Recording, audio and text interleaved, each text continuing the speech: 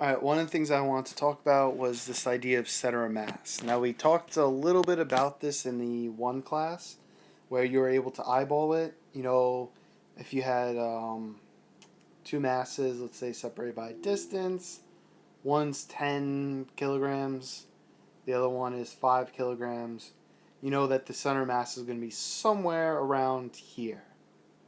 But for the C, you're going to need to know not only what the exact distance is, but what the position of that center mass would be if we had, let's say, masses like this. Alright, now it gets a little bit confusing. So this is the setup that you want to do. The equation to find the center of mass is given as this. The center of mass is equal to the sum of all the objects and their distance divided by the sum of the masses. Alright, now this equation really requires a practice, so we'll do one right now. Alright, so let's start with the easy case of 10, 8, and 5. Let's say this distance is 3 meters and this distance is 2 meters. Just random numbers. Alright, so when using this equation, the first thing that we want to do is determine a starting point.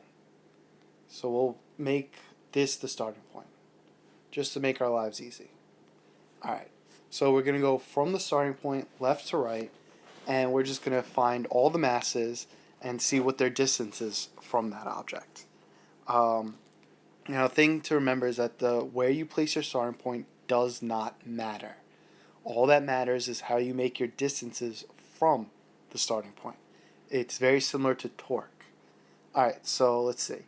Our first object, the 10 kilogram object, is 0 meters away from that starting point. It's right at the starting point, so it's 0. Then we have the 8, which happens to be 3 meters away. And we have the 5, which is a good 5 meters away. And then we divide this by the total, which is 10, 8, and 5. Okay, so then we get 24, 25, 23. Sure, I'll go with that. About 2 meters. Roughly. Don't really know the numbers exactly. So that means that the center of mass is going to be somewhere around here. 2 meters from from my starting point, which kind of makes sense. It's going to be somewhere in the middle between 8 and 10. All right. Now, another thing that you have to realize is that if we're dealing with a three-dimensional object like this, then when we do our center of mass, we do it for the x position and we do it for the y position.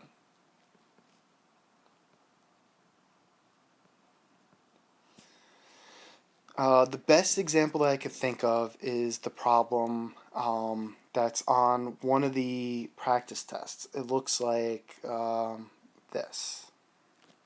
Alright? And they basically say that each side, this is a square, each side has a length L, and I think it said that it's a wire that's bent 2 ways. So the way I go about doing this is that first I pick my starting point. I usually like to pick my starting point at the bottom left corner. And then first I go for the x. So my first object is here. Its center mass is there. This object has a center mass here. And this one has a center mass there. Well, again, only looking at the horizontal component, this is pretty much at x0. So this is going to be, let's just say each of these things have a mass m. So this first one is at 0.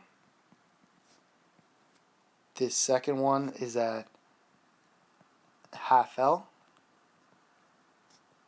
And this third one is at L. And the total would be 3m. Adding them all up, and you get all the m's drop out as they should, and we end up getting, what is this? I guess half L. Which makes sense. It should be somewhere in the middle. That should be middle. Alright, next step is to do the y. Again, I'm looking at the y component. So this first one, it's going to be m half L. The second one is going to be m 0.